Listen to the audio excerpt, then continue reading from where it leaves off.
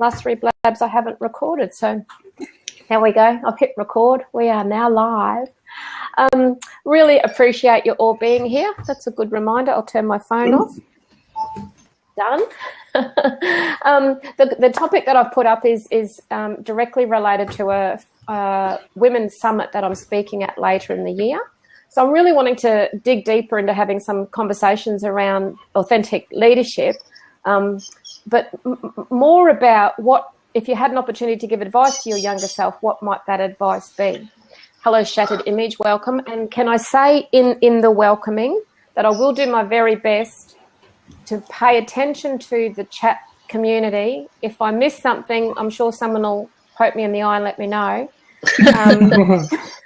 But please, if I could encourage whoever's on the screen with me, please, if you can help me curate the conversation, that would be lovely. But if we can really keep the flow of the conversation happening, I'd be very, very, very grateful.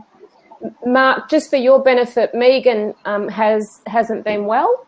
So I would like to give her the opportunity, if we can, to speak to this topic first, and then if she needs to, go lie down. Attend to self. Are you all comfortable with that?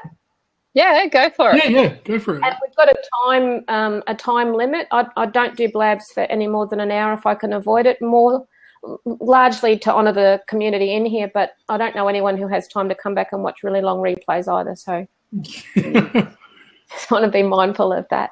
So Megan, my dear, please do tell, if you could advise to your younger self, what might that be? Yes, I do wish that I could transport myself back to when I was a young woman and give myself the advice I now have as a 21. Embrace the old lady. That's right, yeah. As a woman over 50, that's all I'm going to say. Back to speak to a young woman, like a teenage woman. And one of the pieces of advice I would give is, look, invest in yourself, Megan. Don't just invest in a future career, but invest in yourself. Invest in your own mind. Don't just read what university is telling you to read. Read wide. Read in the area of personal development and leadership, and fill your mind with future things, not just things to get through assignments. I'm sure that was said to me, Bron and Kathleen and Kiwi bro here. But yeah, bro. Yeah, bro. Yeah. Beach Dad. I don't think I listened or that I understood. I now do understand the importance of investing in yourself. The other thing is never, ever, ever do debt. Debt keeps people trapped as slaves. Now, I have devoted my career to ending slavery, so I won't buy clothing that is made by sweatshops. I won't buy chocolate where the cocoa has been picked by people at gunpoint. I don't like the idea of slavery. And, of course, sexual exploitation has been my career that I have worked against. But here I am throughout my career, I've gone into debt. I went into debt to buy a house. I think at some stage I must have gone into debt to buy a car, but I have, and furniture. But why? Why did I do that? Why didn't I just live with what I had and then not allow anybody else to control me? And there's been times in my life, as you know, Bronwyn, where things have been really, really tough. Right? And if I didn't have debt, it wouldn't have been that tough. So advice to me as a younger woman was, operate a cash economy, girl. Don't get trapped into thinking that you've got to have what the next door neighbours have, because guess what? The next door neighbours are broke. Yeah. So I so wish somebody had, excuse me, had said that to me. Sorry. Yeah. That's okay. Megan, on that, just on that topic, it's an interesting challenge for us, isn't it, to maintain and hold our own sense of self and certainty when we look around what's happening in our peer group. And I remember when we were first married feeling so much pressure, like 30 years ago, feeling the pressure of what our friends were doing and what the stuff our friends had. So we bought the cheapest, worst house on the best street while our friends were building beautiful mansions. And there were about 6 of us as couples and families, right, all around in the construction industry. we're the only couple that are still together 30 years later. Wow. There you go. All those other 5 couples that had the biggest and the best and the brightest and the prettiest and the latest and the greatest, all divorced. Yeah. Bronwyn, after struggle comes victory, always. You cannot become victorious until you've had a struggle. So for people who start with everything, they never struggle. They don't struggle to save. They don't struggle to build. They don't struggle to grow together. So disaster awaits them. Not always, but generally speaking. So after struggle comes victory. And damn, I did my struggle. But I look at my children. My eldest daughter is in her 30s. It's weird, isn't it? Because I'm still only 21, so I'm not sure how that happens. But anyway. So I look at my eldest daughter. Both her and her husband work full-time. Their house looks like it comes out of Home and Garden. The children are always impeccably dressed, and she's stressed out of her brain. They live on debt. Their credit cards are always maxed. And I say to them often, you guys are going to come unstuck in a big way. You need to take a step back now, and you need to listen to your mother's advice. Don't do debt, because debt destroys. Yep. So she hasn't had the struggle of having to save and build things up. The first house we ever built, I think we loaned from the bank $5,000, and we saved, and as we saved enough to build another piece of the house, we did. We moved in, there was no paint, there were no floor coverings, there were no curtains or anything. We did it little bit by little bit, and by gee, we appreciated it. And when we sold it, of course, we made a fortune because we didn't have to pay back all of that debt. Yeah. So that's advice I'd like to give to other people, not just to myself, but stay away from the financial matrix. Debt is bad. Debt's a form of slavery. Yeah. I appreciate. Yeah, really, really appreciate your insights, and because I think I'm always, the therapeutic training that I've done. I always feel like in asking these questions, that it lends itself to an opportunity to heal some of those old wounds of, God, if only I hadn't have done that. So regret and I, we broke up. That was the most destructive relationship I got myself into. Hanging out with regret. So I don't sit in that energy.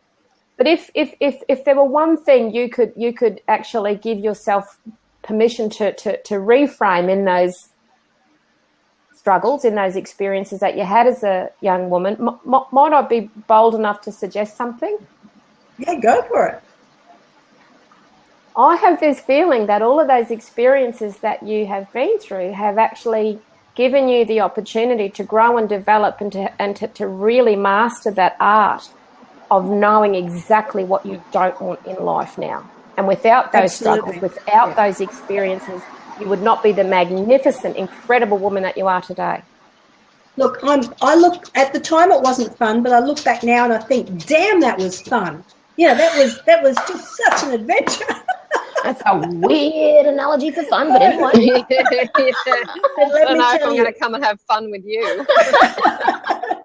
I don't do camping anymore because forever that was what our breaks were. And my then husband was driving bulldozers in the middle of nowhere. Yeah. So on school holidays, I'd drive to where he was and we'd camp. And, we'd fight the taipans and the brown snakes and the goannas, and I'd always be trying to save the eggs from the goannas. And, the kookaburras would come and laugh at me and I'd just want to go, to the kookaburras. Well, this isn't funny.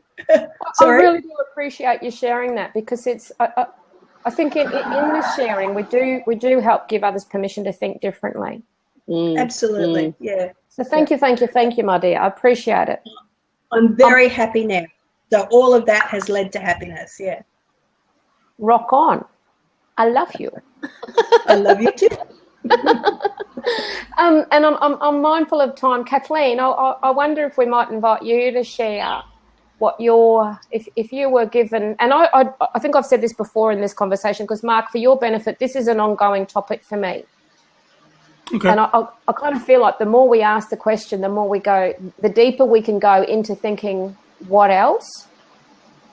So, yeah, sure. Kathleen?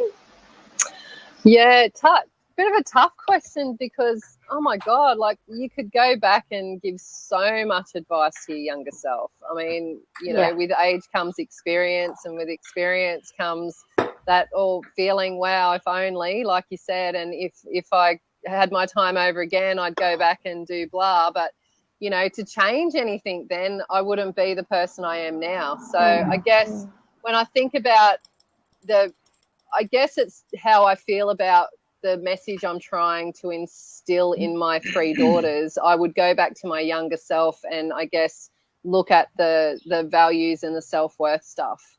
You know, I really want to honor myself more. You know, I mean, I came from a very loving family, but I had 4 older brothers. I didn't have any sisters. I was the baby. So, you know, the 5th child, you pretty much like bring yourself up half the time.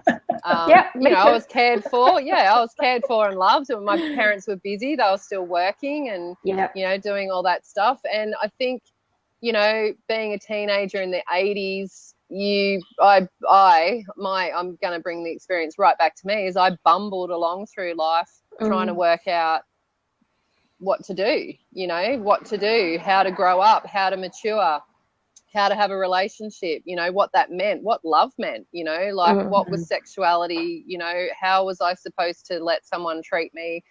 How did I want to be treated? Was that okay? You know, so I guess my advice is to go back and really teach or tell my younger self to seek out the guidance and the most to grow in self-worth and value, to honor myself more, to question things and know that it was okay to question things. You know, I'm sure I could elaborate on that, but right now that's kind of where I'm at. It would be around value and self-worth. Yeah. And I think that the beauty for me when I hear you talk about that is I see you and hear in our conversations the way you are.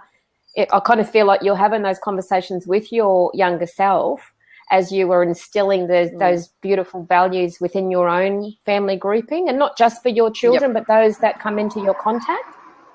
Yeah. And can I just say, like, I think the whole if I could go back, I would do this. I think we've actually got an opportunity as the adults we are now to go back, like you say, but actually reparent our inner child. Yeah, very different. So like, you know, and you do that, like you say, you do that in, you know, if you have children, you do that in, you know, seeing the things that you want for your children and having that instigation for change for them. It works with you. I mean, I just took my daughter on a mother-daughter camp at the start of this year because, you know, she was going through some tough times and her behavior wasn't great. Yeah. And I didn't want her to be like me, you know, but I just didn't know how to deal with it. And so, but going to that camp, I actually felt more resistant because that inner teen in me needed some help and work. Yeah. You know, when I got there, I kind of felt like it was just as much for me than it was for her. And we come away from that really like great. And it was a really good experience. But I do believe that, you know, you can go back and give your younger self advice, but you can actually do that in the now, right now, with your inner child, with healing work and meditation and guided stuff, you know, like you can actually go and talk to your inner child now and give them that advice. Yeah, and with that thoughtful action, with the intention of thoughtful action. Yeah, I love it. Love it. Thank you. Because that's all right. Just one last thing. I think I was made aware of that because I went and had some healing work done with a friend of ours up here on Manisa. And after my mum had passed away, I went and had an aura sketch, and mum actually came through. Yeah. So I'm going down this spiritual road now, and so I'm not sure what other people's beliefs are, but, you know, I really felt mum there, and just the things that, you know, Omanisa was saying was so mum. And, you know, Om didn't know mum. She'd met her once, you know. But, you know, the message that I got from mum was that, you know, she crossed over and kind of saw me struggling, always thought I was very confident and strong, but sort of saw my self-limitations and my struggles and was going to help reparent me. And I've felt that. I've felt that in my growing and maturing as a mother, that I've still got my mother's support. You know, I miss her every day. Yeah. You know? Yeah, I do. It's still there. Yeah. Yeah. Really appreciate it. So, yeah. It's love my younger self. Yeah, love my younger self. Talk to her all the time, and sometimes without even realizing it, but through my children. Yeah, beautiful. Really appreciate you sharing. I love you. I love you too. I love you all. Hey, Mark, we're not at the love up stage yet, mate. Oh, I love Mark. Mark's cool. Oh, good. Love you guys. If Kathleen loves you, then I will love you. In time. Kathleen's actually sitting on my front deck right now. Yeah, I'm actually at Bronwyn's right now. Oh, nice. I'm taking her out for a birthday lunch. Kathleen, I was going to say to you, hey, Bronwyn's got a screen like that too. She set it up for me. And I moved it. I came and I had this space. Yeah, funny. So funny. Yeah. So, Mark, over to you, our only bloke in the. Yeah, no pressure. No. Yeah. Well, it's interesting. I kind of resonate a little bit with you, Kathleen, and what you were saying at the beginning about. I mean, part of the whole message, I guess, behind my podcasting is that whole idea of honoring your story and recognizing that you wouldn't be who you are if you didn't have all your experiences. Yeah. So I wouldn't want to take anything away. And I mean, it's sort of presumptuous as well to think that I have anything worth saying to my younger self anyway, because I think I've still got tons of stuff to learn. I would be curious to know what my younger self would actually say to me if to flip it around. Oh, that's interesting. Yeah. Yeah. That would be interesting because, Have I think when you what's that? Have some fish and chips, bro. I thought you were saying something profound just then. I was on a. You totally ruined. Sorry, it. Mark, come on, Mark. I'll hold the boundaries. I'll put the boundaries in. I was trying to be all deep and profound and just Keep wow going. you all with Keep one. going. Keep going. Anyway, Giddy up. unbelievable. So no, I think that when you're younger, you have this sense of awe and kind of mystery to the world, and you kind of it's excitement and energy, and you're just like the possibilities sort of thing. And I think I don't know. I guess I try not to be. I don't see myself as necessarily like a cynical person at all. I hope that I'm not by any stretch. But I don't know. I think sometimes when you get older, you do find that you lose some things. You can, I think, not that you automatically lose things, but you can if you're not careful.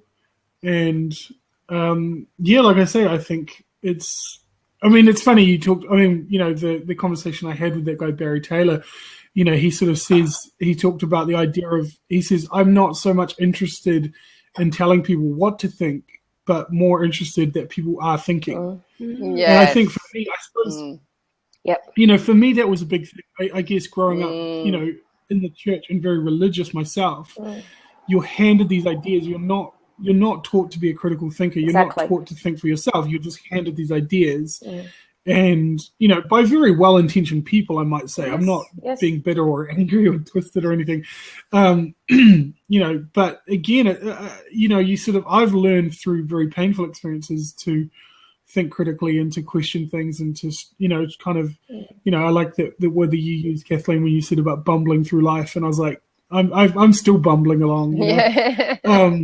I don't have it all figured out. And you know what? I don't want to have it all figured out. I think that's an illusion. I think this idea that there's this state that we can come to of having it all figured out is, that would just be reaching this plateau where you just you stop growing and you stop learning. And I'm just like, I don't want that to happen. Yeah. I want to stay on the road. I want to stay on the path. I want to keep learning. I want to keep making mistakes. I don't want someone to come back and give me perfect advice so that I never fail again. Yeah. Some of my biggest victories in life have come through my biggest failures and misses. Yes. It's time and time again. Yes. Fail your way forward. Yeah, absolutely. Yeah, I think we have this fear of failure. I think we have such a negative connotation around failing, and I think failing is a beautiful thing. It's beautiful. It is such a good thing, and it's needed. Yeah. Well, there's growth. There's growth and development in the failing because in my worldview, think people in your lives that come across like they have it all together. I mean, do you like hanging around with those people? I don't feel comfortable with people that seem like they've got everything figured out, because I inherently have a deep sense of curiosity and connect really well with the misfit energy. Yeah. So I have this beautiful girlfriend who years ago I remember saying to her, just don't fit in mainstream. And she laughed and she looked at me and she said, girlfriend, you choose not to fit in mainstream. And I went, oh, shit, you're right. I can fit with ease into what I see as a mainstream style of thinking. It doesn't work for me. It doesn't stimulate me. And I've learned that like all of you here, the struggles, I honour my struggles now. I used to wear my scars. My scars used to go before me where, the first thing you'd see would be this very angry, domineering, bossy bitch energy. That's how I would enter space. I know it. When I reflect now, I would walk into space where I would be on a mission, ready to fight and ready to just clear the way, basically get out of my way. Yeah. Because I'd learnt to wear the warrior energy. I thought that's how I was. I actually thought that was the only way I could survive. Yeah. I knew no other way. Grew up with parents who absolutely to this day completely and utterly love and adore me, unconditional love, absolute sense of fit with my parents when I reflect on that now. But the way that I viewed the world didn't give me a sense of fit and belonging with the family dynamic I grew up in. No matter, the love and the religion and the spirituality that was all there, it didn't fit for what I felt was right and true. So I'm absolutely honouring what you're saying, Mark. I really feel like me too. The hard stuff, that's our learning. That's how we do grow and develop, Like I look at my garden. The reason it's a beautiful garden is because my husband hacks the shit out of it, like cuts things back to seriously, he does. Hacks into it. I feel like crying every time he does it. He fertilizes it so it stinks. The neighbors kind of go, oh no, he's done it again. And then within 2 weeks, it's beautiful. And I go, oh, darling heart, I love you so much. Thank you. Yeah. It only got that way because it had a good hacking and a good dose of shit fertilizer, Yeah. We need the shit. Yeah, we do. We do. Yeah, that's so true. And I feel like that for me is one of the most important pieces of advice I continually do give back to my younger self, to say, you know what, all of that revolting hard stuff. And man, I will write a book one day about it, because I find it fascinating when I reflect on my life journey and go, wow, did you really live that experience? Yeah. I've had a loaded, sawn off, double barrel shotgun put to my head. And I can say that story now and just feel really disconnected from it, because it's not me. Yeah, there's no emotional connection anymore. No, there's not anymore, because I've healed it and cleared it. It was an experience I had, and quite a few of them. Yeah. But they were just experiences, and they did, like my heart's racing now thinking about it. But I haven't got that overwhelming sense of fear that used to drive me. Yeah. Yeah. And I do think that a lot of that is due to the fact that when we're able to acknowledge the hard stuff, and when we're able to actually face it and face it with love and gratitude, to be able to say, you know what, that actually did help me. Yeah. Like it or not, that being in that really tough situation did teach me a whole lot of stuff. Yeah. So I'm curious, like, what do you guys think is the reason most people seem to go through lives with this facade, or trying to appear like they have it all together? Like, why are we so uncomfortable with being broken, sort of thing? I think that most people, and I'll speak from personal experience, but in my professional practice, what I see with most of my clients as well is we're pack animals. So as humans, we're inherently looking for who's our pack, who do we howl with, when do we howl, and where do we howl. We want to know where we fit and belong in the world. So we look around and we see this sea, this absolute sea swimming with people appearing to look really together, normal, happy, So we kind of go, I put on the mask. I was like, oh, I'll try and do that. I'll try and look like I'm really confident. I'll try and look like I'm really intelligent. And I'll try and maintain some of that shitty, angry energy. And I thought that's what I was supposed to do.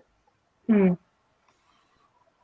I think also too, it comes from society. You know, we kind of subliminally believe on some level that the right way is, you know, to grow up, to meet someone, to get married, to have a house, to have a family. Yeah. That's, you know, there's this kind of sense of what we should be doing. And I know that doesn't just come from inside. I know that that's the influence around us, you know, like even when you're reading books, you're watching television, you know, I mean, look, growing up in, like, I'm 44. So growing up in my younger years, you know, I grew up with the Brady Bunch and, you know, Little House on the Prairie. And so, you know, like, we're looking in on these shows, this influence. And I don't think we realise how influential it is, because we think, it's indoctrinating, eh? Yes, it is. Is that what life is supposed to be like? Oh, okay. You know, should I be living that kind of life? But I mean, you know, then we bumble along and find that it's not really like that.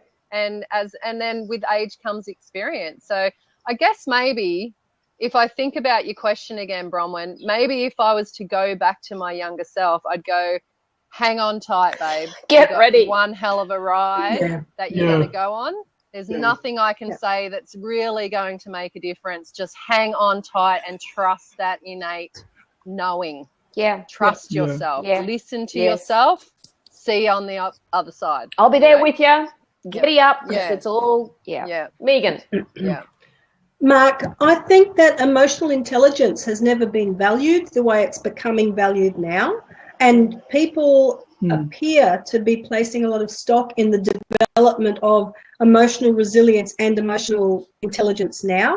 And my gosh, isn't it overdue? Like yourself, Mark. I'm happy about that because I am very emotionally intelligent. Yeah. Well, I'm happy that it's happening. But by gee, it's not bloody. Exactly. Yeah.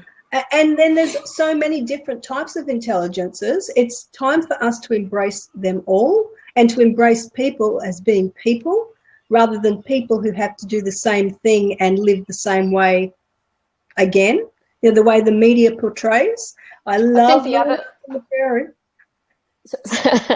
Megan, what I love about what you're just saying there as well, and Mark, in regards to the emotional intelligence, and I know Kathleen, you ascribe to this belief. The shift that I feel like we're now experiencing across the planet is we're moving out of this credentialist societal set of unwritten rules that if you haven't got the piece of paper, you don't count.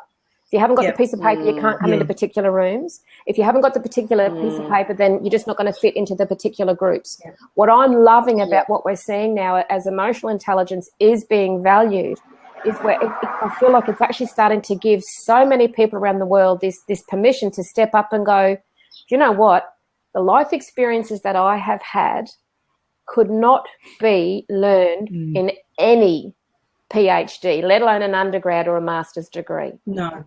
So can we all agree that we need to start honouring each other for our lived experiences rather than a particular that credentialist style of thinking, because it's not working. Exactly, Marg.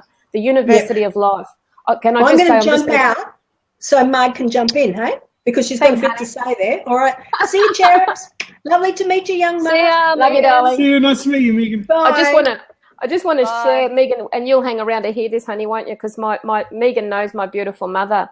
I had this conversation with my mama about 4 or 5 years ago where she'd been enjoying Facebook, and she lives thousands of kilometres away, Mark. She'd been enjoying Facebook, and there were some updates in Facebook, and she just kind of dropped off the planet with Facebook. Anyway, I rang her one weekend and I said, Mama, what's happened? You're not on Facey anymore. She said, no, they're all putting up about their education and you know, I left school when I was 13. And I said, and what's the problem with that? She said, oh, well, I don't have any qualification. And I said to her, hey, Marg, how you going? I'm just briefly sharing a story about my mama. Yeah, I'm hearing. So I said to her, why should that matter? And she said, oh, because I don't have anything to put up on, you know, to tell the world about what I've done. And I said to her, You've graduated from the School of Hard Knocks with honours. You got your PhD from the University of Life. You're the most resilient and resourceful woman I know. You've got a heart that encompasses the world. And she starts crying. Wow. I said to her, you give me your sign-ins, I'm going in and fixing this shit up because this has got to stop. So I went in and I put up her title, CEO, Chief Enthusiasm Officer. And then I put in that she graduated from the School of Hard Knocks and the University of Life. Seriously? She just had this kind of complete shift in her thinking where she went, wow. I have actually. Like, she was married at 17, 8 children by the time she was 35, grandmother at 37. Seriously. Yeah. And in amongst all of that, absolute dirt poor. Yeah. Wow. Never, like, you know, they never owned a home. They rented. They just struggled. And yet my memories of her are, if someone, you know, like if we brought friends over on the weekend uninvited or unannounced and, you know, I wanted them to stay the night or share a meal at the table, my mother's words would be, there's always room at our table. Yeah, yeah. Oh. That was like at our place. Even if they have to sleep on the floor, sleeping bag on the floor, but give us your mother's phone number so I can ring your mother first, not from our phone, over the road. She'd have to walk over to the neighbour's phone to ring the parent of the kid that I wanted to stay, to let the parent know that the kid was safe. Now, if that's not emotional intelligence at the highest degree. So, Bronwyn, speaking about your mother, have you ever asked her the question that you're posing here today? We've had many, many conversations about this, and I've been very privileged to do some incredible healing work with her. Yeah, awesome. And her outlook on life now is very different because she has found ways to take her power back through valuing some of those hard experiences she had in her younger years. Yeah. Yes, very fortunate there. Marg knows my mama. Yeah, beautiful lady. And she gave birth to a beautiful lady. Yes, she did. Thank you. Thank you. Actually, Mum rang me this morning at 7:30 and sang happy birthday to me, and I felt like a 6-year-old little girl listening to my mummy sing. It was so beautiful. Oh, that's so nice. It was interesting you talking about, you know, packing in more people or more food. You know, we can make it all stretch. My mother used to have a saying, and it was, this house has elastic sides. Oh, I love it. I love it. We always had people joining and staying. You know, it was never too much trouble. And I think that's where I learnt, you know, the gift of hospitality. And our kids have grown up with that too. Nothing, you know, people are always welcome here. Same here. So, Marg, we've got a little bit of time left. I'd love to hear from you. If you could give advice to your younger self, what would that be? Well, I was thinking of that when I saw it flash, the notification flash by. I thought, okay, what would I say to my younger self? And I thought I was such a go get it girl. Go get it, go get it, go get it. That I can't imagine that if this older Margaret was talking to the younger Margaret, she would have listened to any of it. And I because I'm thinking, I know the message I needed to get because Nate gave it to me and zeroed my body out at one point in time. And I know that the message I needed to get, the advice I needed, was self-care, self-preservation. Yeah. But you know what? I wasn't in a space to hear it. I was over what? And I'll look at, a funny story. When I was at high school, everyone's talking about what are you going to do when you leave school? And someone mentioned psychology. And I'm going, what?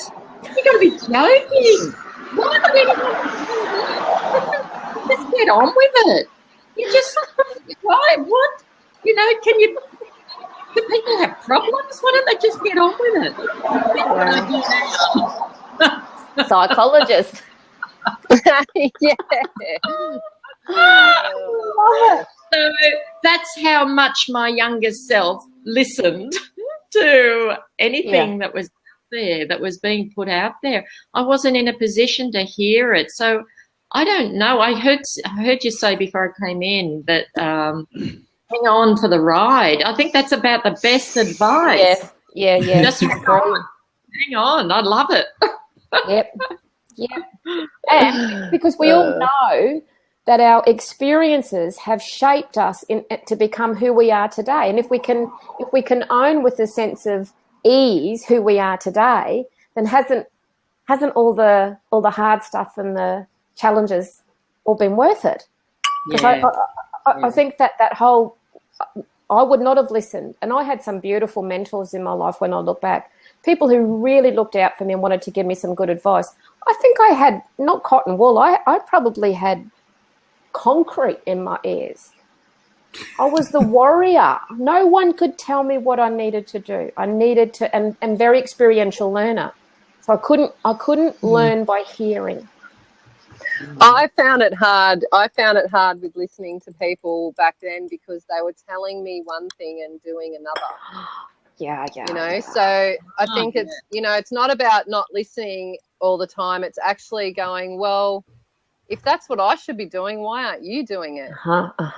So I kind of had people there looking out for me and loving me, but they really weren't.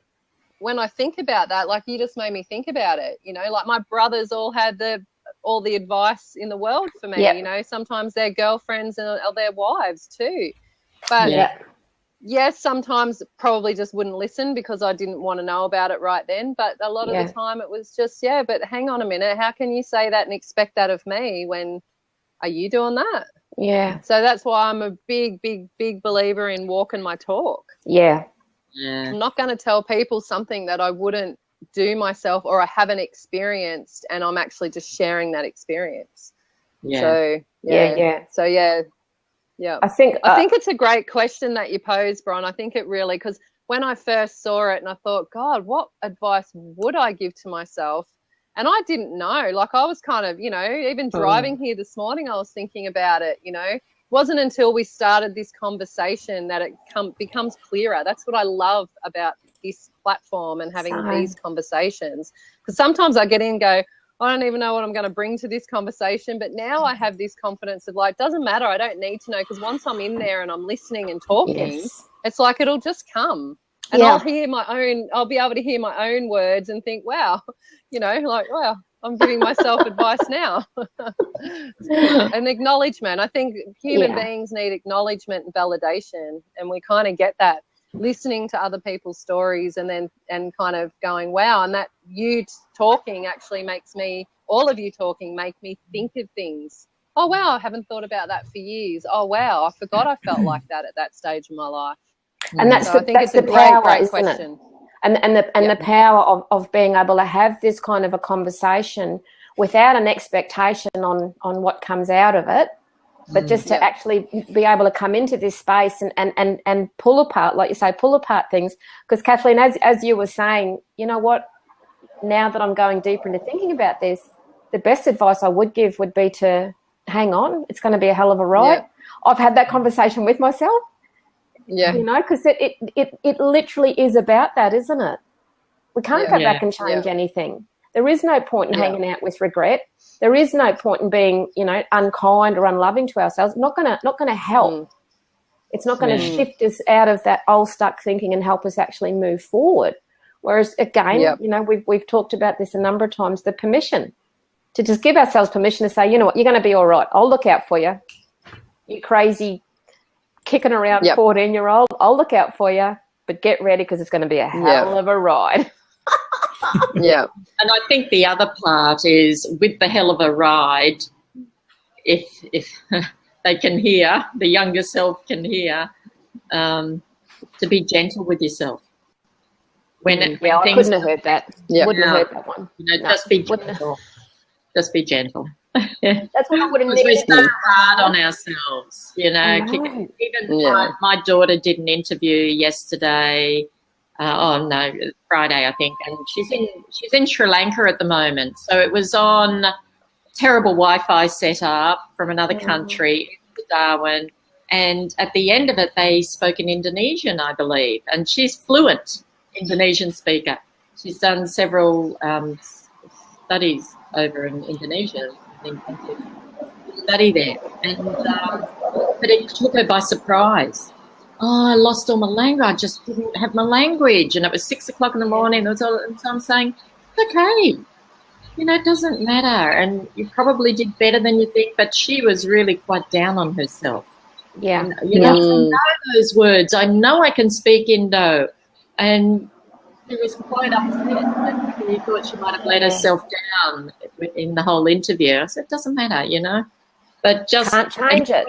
The day. No. Yeah. Yeah. Absolutely. So, I might just jump off camera for a bit. My friend, David is my co-host, my podcast. You might want to jump in chat. I'll see if he wants to jump in. That'd be great, Mark. And you know that you've got 3 likely participants who'd be happy to be on your podcast, don't you? How cool would that be? I just love Mark's voice. He's got your tone of voice, Mark, is very calming. And I did, because I met Mark on Elisa's blab, and I kind of kept, I followed him everywhere, and I thought, right, I've got to listen to this podcast because he spoke about it. And and I didn't get to listen to a whole lot of it the other night. I kind of did it before bed, so I was a little bit tired. But he's just got that kind of voice. It's just this tone. It's kind of a nice, deep tone, but it's very calming, I find, his voice. Yeah. So, it's cool. Yeah. And I like the way you kind of interviewed this guy. I'll have to listen out. I'm not sure, David, if you're going to jump in. Thanks. Yeah. Hey, actually, Mark, do you want to drop the link for your podcast in there, please? Yeah, do that. Love to. Yeah, that'd be great. I saw that one. Yeah. That'd be really great. I saw Reba. And please feel free to share it on Twitter as well with us. David, I don't know if you've got time to jump in. Yeah, a few minutes. We've only got. I've only got just under 10 minutes left. David, it's my birthday, and I absolutely I'm pulling rank. I did want to just share a couple of beautiful quotes that my mother. I can remember her talking to me or trying to guide me as a very angry and confused 14-year-old. And one of her famous quotes for me was, "You can't fight fire with fire." No. And as I would hear it, I can remember actually feeling like, you're not listening. It's in my head. I want to actually get into punch-ups with people who were annoying me or not listening or not being nice to me. And, as I'd get angry and express this with Mum, that she'd just have this constant comeback of, you can't fight fire with fire. It's not the best way to resolve things. So that was always a piece of advice that I can, I remember, and I will remember forever. But the other great one that she had was, you're the captain of your own ship and the master of your destiny. Oh, that's so profound at that age, isn't it? I was just going to say, with my mum, it's making me realise too, I think when we talked about this before, about when I said we can talk to our inner child now and, we can reparent our inner child, or, how my mum kind of comes in and helps reparent mine now. Yeah. But, the advice that they were trying to give us as children came from their experiences. Oh, happy birthday, Bron! It's Bron's birthday, David. Hey, David. Hey, David, welcome. Yeah. So I was just going to add to that, Bron, what you were saying. My mother really taught me to take responsibility. If I kind of was in trouble and it was like, oh, but, this friend did that, it was like, well, if she jumped off the Harbour Bridge, would you follow her? You know? So it was maybe not so profound as your mother. It was more of a kick up the bum. No, I got that one too. I got that one. Yeah. It's amazing when I think about it. They've obviously trying to use their experiences and wanting better for us, but doing it, the best way they could possibly know with the knowledge they had. So I do honour them for that. And hey, David, nice to meet you. Hey, David, how are you? I'm good, thank you. Nice to meet you. We have been on a couple of blabs. Marg lit a candle because it's my birthday, David. Oh yeah. She wasn't inferring that I'm an immature 1-year-old. Yeah. Sorry, it's the only one I could come up with. I love it. It's your number. It's because you're number one, Bron. Yeah, you're number that's one. right. And it's my first birthday on Blab. Yeah, there you go. I love you, Mark. I love you. Hey, David, we've got about 6 minutes, and I need to wrap this up. We would love to hear what advice you would give to your younger self, please. Oh wow. What advice would I give? Yeah, I'm like unprepared. That's okay. Doesn't matter. It's always the best way. Well, all right. How about one of you tell me what yours was, and then I'll cut you off and come in with mine. Kathleen summed up after the first round of this question. Kathleen said, actually, on reflection, I think the very best advice I could give to my younger self would be to actually just hold on, go the ride. Just get ready for the ride. Hang on tight. Hang on tight. Hang on tight. Because you can't change anything. But yeah, no. Yeah, like everything I'm thinking about right now is like around money, like invest better, save more. But I don't want to talk about that stuff. I'm just trying to. Megan actually with that, David. It's relevant. It's still relevant. Like, my father always used to give us that advice, and I can see myself telling a younger self that you will need to be grounded financially as well as emotionally. Yeah. Right. And can I just say that the financial stuff is quite reflective of the self-worth stuff, the emotional stuff anyway? Yeah, you know what? Well, all right, let's see where this goes. When I first started, I don't know if I was like 18, 19, first started hearing about, put a little away each month so you could retire at 65. And it was always presented that way, and I always found that so depressing. I'm like, just all this planning for when I'm 65. I'm like, I just want to live now. If I have money, I want to do something with it. I want to travel. I want to just like enjoy. And I'm like, it's like insurance. It's like, I don't, maybe I won't even be alive at that age. And then I will have just kind of not done some things that I wanted, so I could be more well off when I was older. But yeah, as I'm getting closer to that age, I'm like, wait, okay, I see the point here. It's never too late. It's never too late to start. Not as much as I could have and should have, and which forces me to have to, work harder at my, 40s and 50s. But yeah. If I had some more time, I can come up with something better for that. It's going to be an ongoing conversation, Mark. Yeah. David. Okay. David, sorry. This question is an ongoing conversation because it's number one. I'm actually doing some, just collecting some data for a summit, a women's summit that I'm speaking at in November. But I feel like it's a really important, powerful question, and this is the 4th time on Blab that I've facilitated a conversation about this topic. And each time I hear more and learn more, and it just reminds me of how big this question is. I feel like there's stages. We can do shoot from the hip, speak from the heart. Well, I would say this to my younger self, but then when you start to go deeper. Yeah. I feel like I've lived most of my life as if I got advice from answering that question. That makes sense. Like, say that again. I feel like I've lived my life as if I got the advice from people answering that question in their older years.